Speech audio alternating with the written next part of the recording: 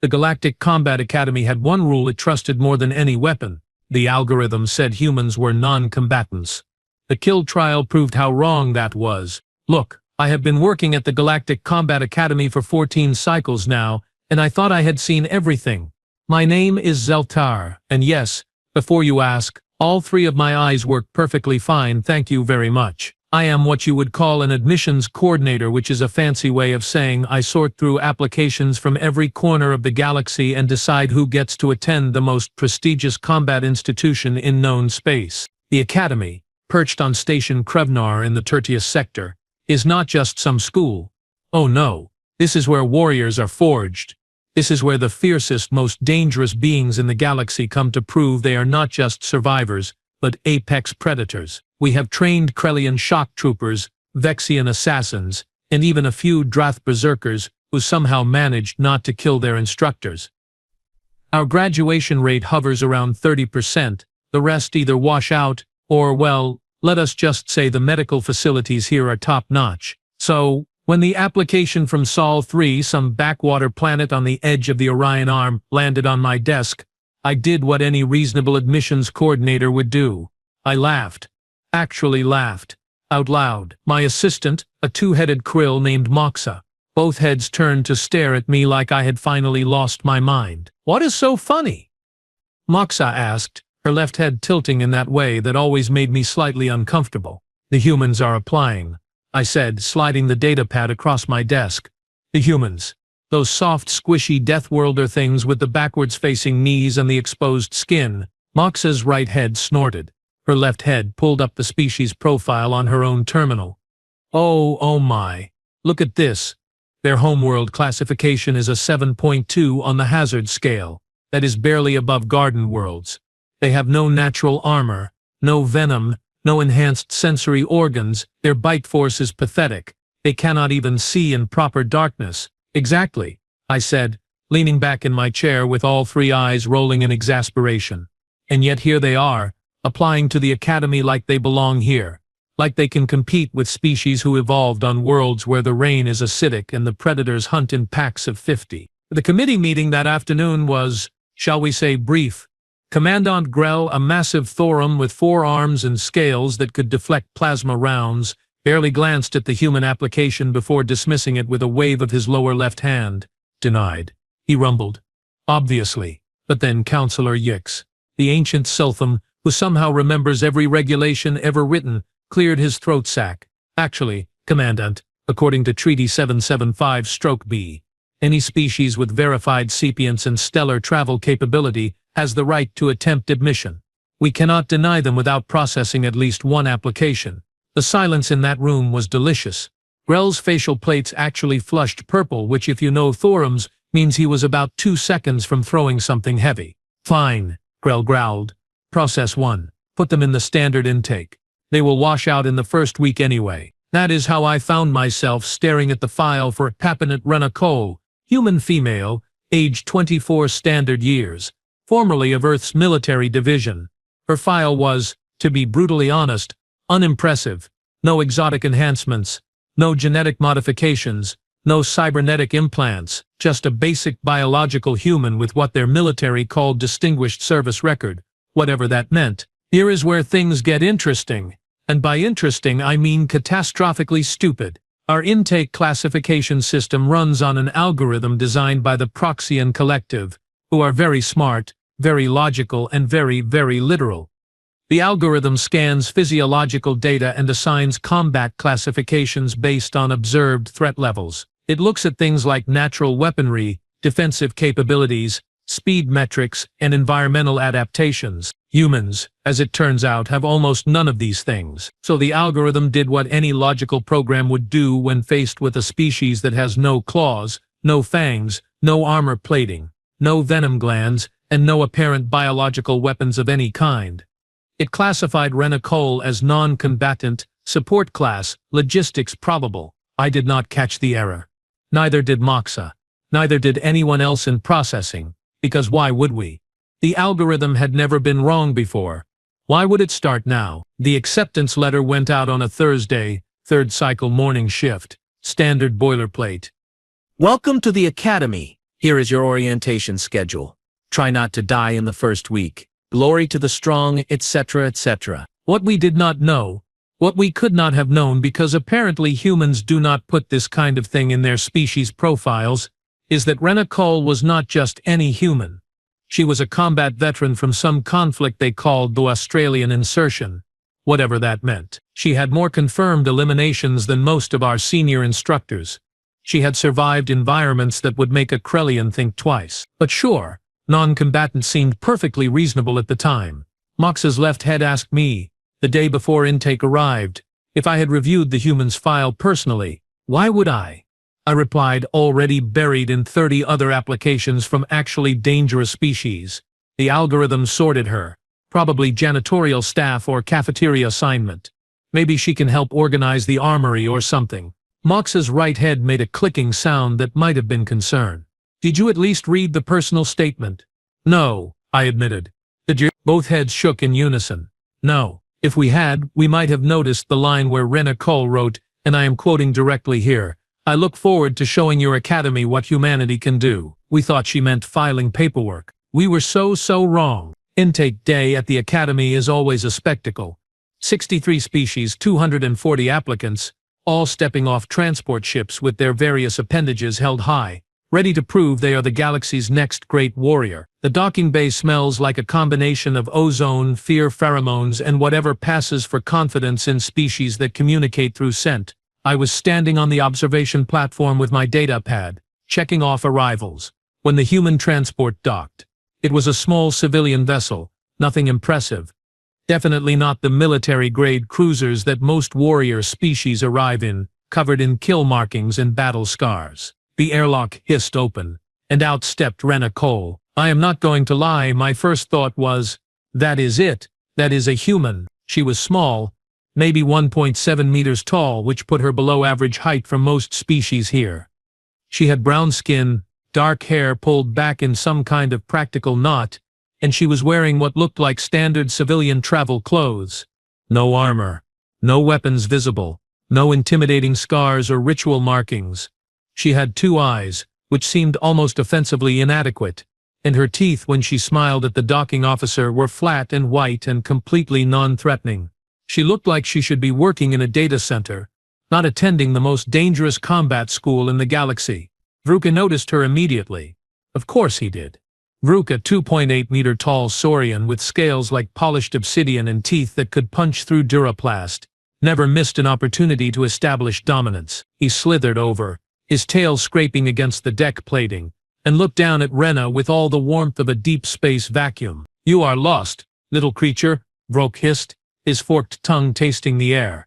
The petting zoo is 3 stations over. Several nearby applicants laughed. A Krellian barked something that probably translated to agreement. Kula, the insectoid from Hive Nexus Tertius, clicked her mandibles in what passes for Vescarid amusement. Her compound eyes, all 47 of them, focused on the human with calculated interest. Interesting, Killa chittered, her translator rendering her speech in flat, precise tones. A prey species at a predator academy. This will be educational. For approximately 4 minutes, until she is eliminated.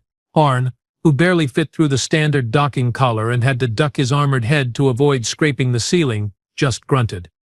Harn did not talk much, mostly because his species, the Groxians, communicated primarily through subsonic vibrations and threats of violence. But even he seemed amused. If the grinding sound coming from his thorax was any indication, Rena looked up at Vrok. And here is the thing that should have warned us. Should have set off every alarm bell in my 3-eyed head. She did not flinch. She did not step back. She did not show even the slightest hint of fear or submission. She just smiled. Thanks for the directions, she said, her voice calm, almost cheerful. But I think I am exactly where I need to be. Vrok's crest flared, a sign of irritation among Saurians. You think you belong here? You, with your soft skin and your breakable bones? I could snap you in half before you even registered pain. Maybe, Rena said, shrugging with a casualness that bordered on insulting. But you probably should not try that before orientation. Pretty sure there are rules about killing classmates on the first day. I blinked, all 3 eyes cycling independently in disbelief. Was she mocking him? Did this tiny, unarmored human just mock a Saurian warrior to his face? Vroke's tail lashed once, a clear threat display. But before he could respond, the orientation klaxon sounded, echoing through the docking bay with its familiar three-tone warning. All applicants to Assembly Hall Gamma, the automated system announced. Orientation begins in 10 minutes. Tardiness will result in immediate expulsion. The crowd began moving, a chaotic mass of scales, chitin, fur, and various other biological configurations. Rena picked up her single duffel bag, which looked almost comically small compared to the weapons crates and armor containers other applicants were hauling, and walked toward the assembly hall like she was heading to a completely normal first day of school. I caught up to her near the entrance, my curiosity overriding my professional detachment. "Applicant Cole," I said, falling into step beside her, which was awkward because her legs were shorter and she had to take more steps to match the pace. "I am Zeltar, admissions coordinator. I need to confirm your classification assignment." She glanced up at me, those two eyes somehow managing to convey more expression than my three. "Sure. What have you got me down for?" I checked my data pad. "Non-combatant. Support class. You will be assisting with logistics and equipment management during the combat trials." Rena stopped walking, just stopped, right there in the corridor, and looked at me with an expression I could not quite read. Then she laughed. Actually laughed. This short, sharp bark of sound that made several nearby Krellians turn their heads in confusion. "Non-combatant," she repeated, like she was tasting the words. "You classified me as non-combatant." "Yes," I said, suddenly feeling defensive. "The algorithm scans physiological data and determines threat classification. It is very accurate. Never been wrong." "Right," Rena said, and that smile came back, wider this time. "Well, this should be fun then." She started walking again, and I stood there watching her go, feeling something I had not felt in 14 cycles of working at the academy. Doubt. Assembly Hall Gamma can hold 3,000 beings comfortably, which means it holds 240 applicants with room to spare for them to spread out according to species-specific comfort zones. The Krellians clustered in the high-temperature section, the Vescareds hung from the upper supports, the aquatic species floated in their specialized tanks along the western wall, and there, sitting in a standard gravity chair in the middle section, completely alone because nobody wanted to sit near the weird little human, was Rena Cole. Commandant Grell entered through the primary doors, and the room went silent. When a four-armed Thorum wearing the crimson sash of achievement walks into a room, you shut up and pay attention. That is just survival instinct. "Welcome to the Galactic Combat Academy," Grell announced, his voice resonating through the hall without need for amplification. "Thorums have vocal cords that could shake hull plating. You are here because you believe you are warriors. You are wrong. You are applicants. Potential. Unproven. Soft." He paused, letting that sink in. Several applicants shifted uncomfortably. Roke's tail twitched. "In 3 days, you will face the kill trial," Grell continued. "This is tradition. This is how we separate those who belong here from those who were wasting our time. The rules are simple, which means most of you will still manage to misunderstand them." A holographic display materialized in the center of the hall, showing a massive arena environment. Forests, mountains, urban structures, all compressed into a 5-kilometer combat zone. 240 of you will enter the arena," Grell said. 40 of you will exit as accepted students. The rest will exit as casualties, medical evacuations, or failures. Live weapons. Live combat.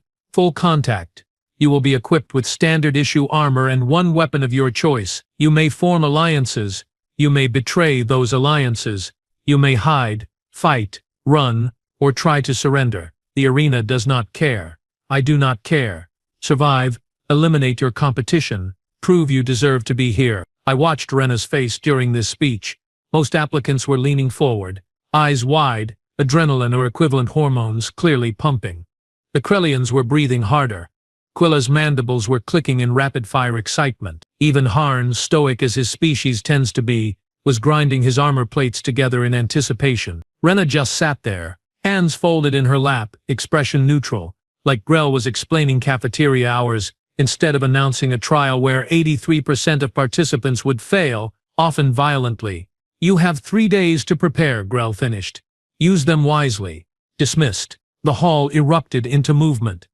Applicants scattered to their assigned preparation facilities, already forming groups, already strategizing. I watched Vrock gather a pack of other reptilian species, clearly establishing himself as Alpha. Killa disappeared toward the tactical simulation rooms with a cluster of insectoids. Harn simply walked toward the heavy weapons range, because of course he did. And Rena? Rena went to the Academy library. The library, not the combat simulation chambers, not the weapons testing facility, not even the strategy planning rooms. The library, where she proceeded to spend the next 6 hours reading human texts she had apparently brought with her on a portable data device. Mox's left head found me in the observation center that evening. The betting pools have opened. Already? I asked, though I was not surprised. Betting on the kill trial was unofficial but universal. Already, Moxa confirmed. Current odds have Vrock at 3-1 favorite. Arn at 5-1. That Krellian pack leader, Zos at 8-1. And the human? Both of Mox's heads grinned. 200-1. Against, nobody is betting on her survival past the first hour. Throxon Accounting put 50 credits on her lasting 90 minutes. That is the most generous estimate so far. I should have put money on Vrock. Should have taken the safe bet. But something about the way Rena had smiled when I told her she was classified as non-combatant kept nagging at me. What is she doing right now? I asked. Moxa checked her terminal. Still in the library. Oh wait, no. She just left. Heading to the physical training center. Huh? She is running. Just running on the endurance track. For how long? She has been running for 47 minutes without stopping. Humans can do that. Mox's right head shrugged. Apparently this one can. Day 2. Rena spent in the weapons facility, but not the way other applicants did. While Vrock was testing plasma rifles and Kula was calibrating aim assist targeting systems, Rena was in the corner with the most basic, primitive weapons the Academy kept for historical purposes. She picked up a simple metal rod, tested its weight, put it down, picked up a knife, examined the edge, set it aside. Finally, she selected what the catalog listed as ballistic projectile launcher human variant, primitive chemical propulsion system, a gun. She chose a gun that still used bullets. The rangemaster, a grizzled Vexian named Court, actually laughed when she made her selection. That thing is 400 years outdated, Court said, his eye stalks waving in amusement. We keep it in the museum section. Does it work? Rena asked. Well, yes, but then I will take it. By day 3, the betting odds had shifted to 300-1 against the human. Someone started a secondary pool betting on exactly how she would be eliminated. Vrock was the favorite to do it, at even odds. I still had not placed my bet. Something told me I should wait. The kill trial arena is a masterpiece of sadistic engineering. 5 kilometers of varied terrain, environmental hazards that randomly activate, and observation systems that can track every participant down to their individual heartbeats. The observation deck where faculty and staff watch the carnage unfold has comfortable seating, refreshment stations, and holographic displays that can zoom in on any section of the arena with perfect clarity. I had a front row seat, datapad in hand, ready to record eliminations for the official record. 240 applicants stood in the deployment zone, a flat circular platform in the exact center of the arena. Each wore standard issue light armor, the kind that might stop 1 or 2 hits before failing catastrophically. Each held their chosen weapon. The countdown display floated above them, numbers descending in that universal language of impending violence. 10, 9, 8. I found Rena in the crowd, because honestly, she was not hard to spot. She was a full head shorter than almost everyone around her, wearing armor that looked comically oversized on her small frame. She held that primitive human gun in both hands, pointed at the ground, her posture relaxed. Casual, like she was waiting for public transport, not a trial that would probably kill her in the next 15 minutes. 5, 4, 3. Vrock was positioned near her. I noticed, deliberately. He had maneuvered during the pre-deployment staging to be within striking distance when the trial began. His plasma rifle was already tracking toward where she stood. 2, 1. The platform beneath them vanished. Not dropped, not lowered, just ceased to exist, dumping 240 applicants into the arena below. Most were ready for this, landing in combat-ready stances, immediately scanning for threats or sprinting for cover. Rena dropped like everyone else, hit the ground in a roll that looked surprisingly competent, And then, here is the thing that should have told me everything I needed to know, she disappeared. Not literally. The tracking system still showed her biosignature. But she moved into a dense section of the artificial forest and became effectively invisible to visual observation.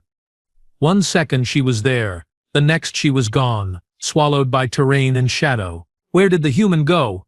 Mox's left head asked, leaning toward the primary display. Tracking shows her moving northeast, I said, pulling up her biosignature. Fast. She is. Wait, how is she moving that fast? Because Rena Cole was running. Not jogging. Not tactical advancing, but actually running at a pace that the arena sensors flagged as above species average sustained velocity. For a human, who supposedly had no enhanced physiology, the arena erupted into violence approximately 8 seconds after deployment. A Krellian pack, 5 strong, engaged a group of Thorian berserkers in what the tactical display politely called mutual assured elimination. Plasma fire lit up the western sector. Kala and her Vescarid allies had already established a fortified position in the ruined urban section, picking off anyone who wandered too close. Arn, predictably, just walked straight through the center of the arena, his natural armor shrugging off hits that would have killed lesser species. He eliminated 3 applicants in the first 2 minutes, not through skill or tactics, but through the simple application of overwhelming durability and a really big hammer. And Vrock, confident and eager, moved into the forest section, hunting. The observation deck had multiple betting boards running along the upper walls, constantly updating with eliminations and odds adjustments. The human survival odds had actually gotten worse, hitting 400 to 1 after she fled into the forest instead of fighting. Called it. Someone from the engineering faculty said. Prey species response. Run and hide. Give her 10 minutes, another voice added. Broke is tracking her now. They were right. Brock's biosignature was moving through the forest with purpose, following what must have been Rena's trail. His hunter instincts, honed on a death world where everything bigger than him wanted to eat him and everything smaller was venomous, had locked on to easy prey. I should have felt vindicated. The algorithm was right. Humans were non-combatants. Case closed. Lesson learned. But my central eye kept twitching, which it only does when something is wrong. Roke found her 12 minutes into the trial in a small clearing surrounded by dense vegetation. The observation display zoomed in automatically, combat priority tracking, because this was about to be the first confirmed human elimination and everyone wanted to watch. Rena was standing there, back to a massive tree that primitive gun held in a 2-handed grip pointed at the ground, waiting. Like she knew he was coming. Like she wanted him to find her. Roke emerged from the undergrowth, plasma rifle raised, that disturbing saurian grin spreading across his face. Did you really think you could run from me, little human? Rock hissed, his translator making sure we all heard his moment of triumph. I have hunted prey on 6 worlds. You are soft. Slow. Weak. Rena did not respond. She just watched him with those inadequate 2 eyes, utterly calm. Any last words before She moved. I need you to understand. I have watched thousands of hours of combat footage. I have seen Krellian speedfighters who can cross 20 meters in under a second. I have seen Vexian assassins strike before their targets register movement. I have seen combat at speeds that require slow-motion replay to properly analyze. Rena Cole moved wrong. Not faster than Vroke necessarily, but at the wrong time in the wrong direction, in a way that the Saurian's predator brain clearly did not anticipate. His plasma rifle tracked where she should have been. Fired at empty air. She was already inside his guard, that primitive gun coming up in a motion so smooth it looked choreographed. 3 shots. 3 impossibly loud chemical propulsion shots that the arena sensors barely registered as weapons fire because they were so outdated. Roke's shield generator sparked once and died. The first round hit his chest plate, cracking it. The second went through the crack. The third, because apparently Rena believed in certainty, hit the same spot while Vrock was still processing what had happened. He dropped 2.8 meters of apex predator, eliminated in less than 2 seconds by a species classified as non-combatant. The observation deck went silent, not the gradual quiet of people stopping to pay attention, but the instant, absolute silence of 200 beings simultaneously forgetting how to process information. What? Mox's right head said, very quietly, just happened. I checked the replay, because I had to confirm that what I just saw actually occurred. It had. Rena had eliminated Vroke, current favorite to win the entire trial, in 1.7 seconds from first movement to confirmed elimination. Did she just? Someone from the tactical department said, voice trailing off into confused silence. She moved wrong, I said, my central eye still twitching. He could not track her because she moved wrong. What does that even mean? Moxa demanded. I pulled up the human species file again, scrolling through pages of information I should have read more carefully the first time. Found a section labeled Evolutionary History, Persistence, Predation. Oh no, she is not prey, I said, feeling something cold settle in my stomachs.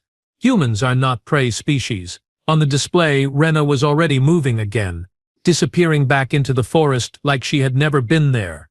Behind her, Vroke's biosignature flatlined as the medical extraction team deployed.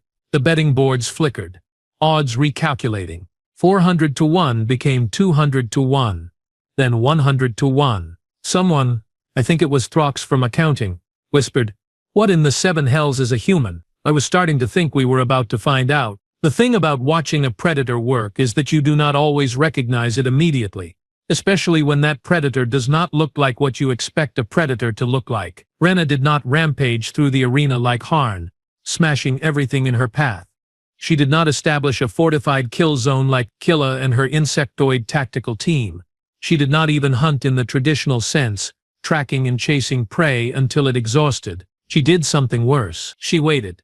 30 minutes into the trial, the elimination count was up to 47. Most of those were the expected casualties, weaker applicants caught in crossfire or eliminated by more experienced fighters. The arena had settled into distinct zones of control. The Krellian pack held the southern sector. Killa's Vescarids controlled the urban ruins. Harn owned everything he could reach in the central plains. And the forest, the dense, shadowy forest where Vrock had died, became a place that applicants started avoiding, because every so often someone would enter the forest, and they would not come back out. Elimination confirmed.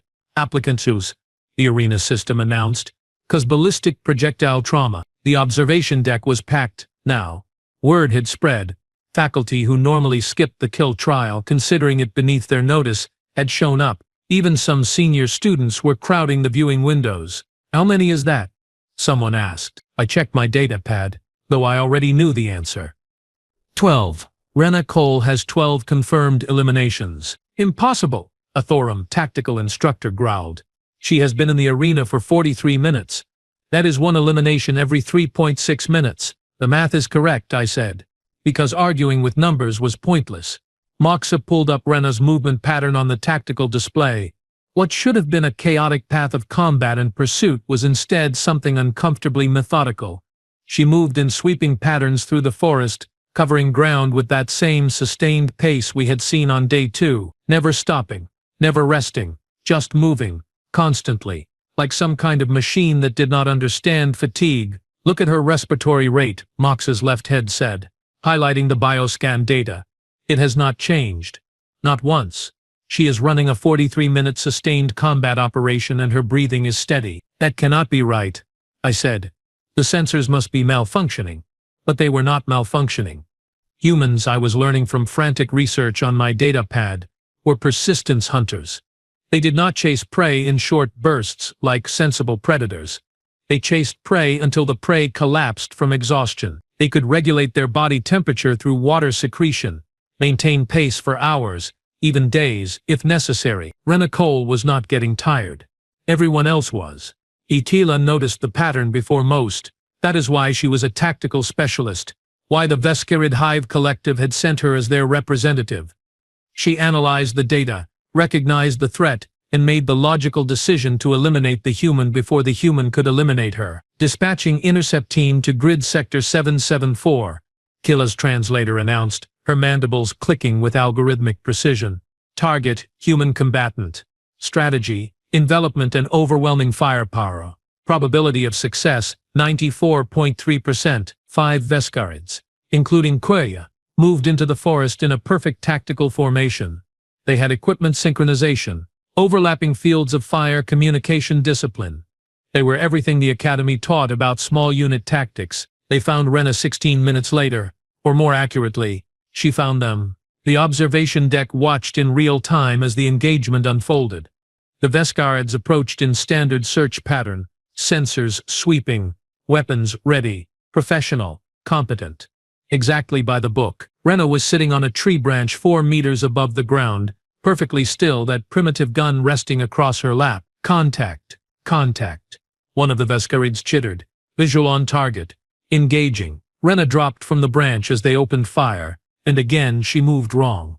Not faster, not slower, just at angles that the Vescarids' tactical algorithms did not predict. She hit the ground, rolled, came up firing. But here is what made it horrifying. She did not panic, did not spray ammunition hoping for hits. Each shot was deliberate, placed with precision that suggested she knew exactly where Vescarid armor was weakest. She eliminated 2 Vescarids in 4 seconds, using exactly 4 rounds. Cooler adapted, because that is what good tacticians do. She redirected fire, compensated for the human's movement pattern, adjusted her team's formation. Rena adapted faster. She used the terrain, the trees, the shadows. She fired from positions that should not have provided adequate cover, but somehow did. She moved between shots, never staying in one place long enough for the Vescarids to establish targeting solutions. When the engagement ended 90 seconds later, all 5 Vescarids were eliminated. Rena had a minor graze across her left shoulder, where one plasma bolt got close, and she had used exactly 19 rounds of ammunition. The observation deck was not silent this time. It was loud with confused, concerned, and increasingly worried voices. "She is reading their tactics," the tactical instructor said, his forearms crossed in a posture that screamed disbelief. "In real time, she is learning their patterns and adapting mid-combat." "How is that possible?" someone demanded. I found the relevant section in the human species file, hands shaking slightly as I read. Pattern recognition. Humans evolved to track patterns in everything. Weather, animal behavior, social dynamics, combat tactics. Their brains are built for it. 1 hour and 12 minutes into the trial, Harn decided he had waited long enough. The armored Groxian, who had been systematically eliminating everyone in the open terrain, turned his attention to the forest. Finally, someone muttered, "Harn will end this. The human's little gun cannot hurt him." Harn walked into the forest like he walked everywhere, directly and without concern for subtlety. His armor, which had already shrugged off plasma fire, kinetic rounds, and one unfortunate Krellian who tried to bite him, made him effectively invincible to most weapons in the arena. Rena did not try to shoot through his armor. She shot his knees. Twice. Precisely in the joint gaps where armor plates met. Then, while Harn was processing the novel experience of his legs not working, she walked up and placed 3 rounds through his neck seal. Harn, the odds-on second favorite to win the trial, eliminated in 11 seconds. The betting boards were going insane now, odds fluctuating wildly as bookmakers tried to account for something they had never seen before. Rena Cole had gone from 400 to 1 against a 3 to 1 favorite in just over an hour. "Pull up her complete bioscan," I ordered Moxa. Because I needed to understand, needed to know what we had let into the academy. The data appeared and I finally saw what the algorithm had missed. Humans did not have natural armor. True, but they had bone density that was absurd for their size. They did not have venom, but they had hand-eye coordination that exceeded 97% of known species. They did not have enhanced senses, but they had threat assessment processing that bordered on precognition and stamina. Oh, by all the stars in all the galaxies, the stamina. "She has been in continuous combat or movement for 1 hour and 19 minutes, Mox's right head reported. "Her heart rate is elevated but stable. Respiratory function normal. No signs of fatigue." "How many eliminations now?" I asked, though I was afraid of the answer. 21 confirmed. Rena Cole has eliminated 21 applicants. The observation deck had gone from confused to fascinated to something approaching horrified respect. We were watching a species we had classified as non-combatant systematically dismantle the best warriors the galaxy had to offer. Commandant Grell stood at the observation window, all 4 arms gripping the railing, his facial plates that deep purple that meant he was either furious or impressed. Possibly both. "Who," he said very slowly, very carefully, "classified this human as non-combatant?" Every eye in the room, all 3 of mine included, turned to look at me. "The algorithm," I said weakly, "the algorithm classified her." "Your algorithm," Grell rumbled, "is fired." On the displays, Rena was moving again, heading toward the final concentration of applicants in the northern sector. She paused once, just for a moment, to reload her weapon with ammunition she had apparently been carrying the entire time. Then she kept going, tireless, methodical, inevitable, like something that had evolved specifically to never ever stop. 2 hours and 47 minutes into the kill trial, 3 applicants remained. Rena Cole, human, classified non-combatant, current elimination count 31. Crexus, a Dathran shock trooper with 8 confirmed kills and armor that made Harn look underprotected. Vexa, a Carillion assassin breed with 12 eliminations and stealth capabilities that bent light around her body. The arena had become a graveyard of failed warriors. Medical extraction teams were working overtime. The betting boards had locked, because honestly nobody knew what to bet anymore. They are converging on the central platform, Moxa reported, tracking all 3 biosignatures. Final elimination zone. The platform where everyone had deployed now served as the traditional final battleground. Crexus arrived first, his heavy footsteps shaking the metal surface. Vexa shimmered into visibility on the eastern edge, her adaptive camouflage disengaging for the honor of face-to-face combat. Rena just walked up the western approach, still carrying that primitive gun, her armor scorched and dented but functional. She looked tired now, finally, but not exhausted. Just tired in the way someone gets after a long day of work. A long day of eliminating 31 highly trained warriors. Crexus made the first move, because Dathrons do not do subtle. He charged with a roar that registered on seismic sensors, his shock maul crackling with enough energy to level a building. Vexa went invisible, circling for a kill strike. Rena did neither. She stepped sideways, casual, like she was avoiding foot traffic, and Crexus's charge carried him past where she had been standing. She fired twice while he was trying to stop his momentum. Both rounds hit the same spot on his lower back armor. The third shot, because humans apparently believed in patterns of 3, went through the weakness the first 2 had created. Crexus dropped. Eliminated, his shock maul clattering across the platform. Vexa struck from behind, blade extending from her invisible form, aiming for Rena's neck. Rena ducked, not dodged, not blocked, just dropped into a crouch at exactly the moment the blade would have connected, like she had heard Vexa coming despite the Carillion's complete silence. Impossible, someone in the observation deck whispered. She cannot hear stealth breeds, but Rena did not need to hear Vexa. She just needed to predict where an invisible assassin would attack from, which apparently for humans was just something they could do. She spun, fired blind into empty air, and Vexa's camouflage failed as the round found her. Not a killing shot, but enough to trigger the arena's elimination protocols when Vexa could not continue fighting. Silence, complete and total silence in the observation deck. Then the arena system, in its emotionless automated voice, announced, "Trial complete. Qualifying applicants 40. Top elimination count, Rena Cole, human, 33 confirmed. Status accepted." The medical bay was chaos. Eliminated applicants in various states of injury and unconsciousness filled every bed.